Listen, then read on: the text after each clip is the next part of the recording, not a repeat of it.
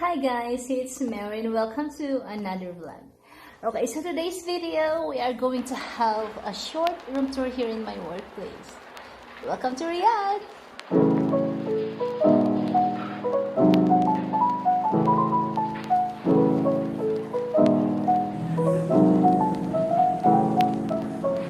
Okay, so in front of this door, you can see this wind chime that I bought in Jurir 9 years ago. Yeah, 9 years ago. Nagustuhan ko siya guys kasi may butterfly siya and I love butterfly. I also have this thing from the infection control. I don't know why I put this one here. And then my name is there. My picture when I was a kid.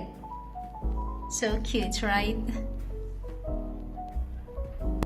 When you enter this room, you will be greeted with this pink duty bag of mine. I have a lot of bling blings here, mostly butterflies because I love butterfly, guys. Butterfly, butterfly, butterfly, and more butterflies. And this is my closet, again with butterfly on it. Actually guys, I have two closets here kasi dapat dalawa sana naka-stay dito pero ako lang. And that is my window with my center table.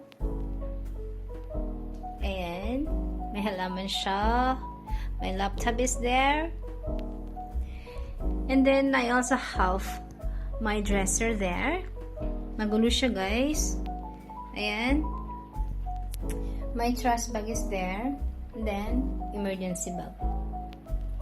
Guys, dito sa window ko, pagbukas mo dito, makikita mo yung aking tanim na kamatis. Ayan. Wait lang. We'll open. And then there you go.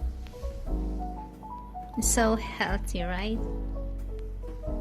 So this is the view from my room. Ayan. In this area, akyat muna tayo guys. So, makikita mo yung aking snake plant dito. Ate Lily gave this to me. Bouquet of flowers there. I received this one last December 24. That was my birthday. I also have this wall clock. My tripod. Speaker. My teddy bear with a picture of Elham. Ayan siya guys. Masyadong over-decorated ang aking room. Pero I like it. This is my bowl of coffee beans. Yeah, mabango siya guys. And this is my picture with my mudrang during my graduation. Nursery days. Another bouquet of flower here. I also received this one last December 24 from a friend. Yeah. And then the most important thing here is, of course, my kating ko. Pampatulog yan, guys. And my name is there. Chan. Short for Christian. And this is my room. Ayan.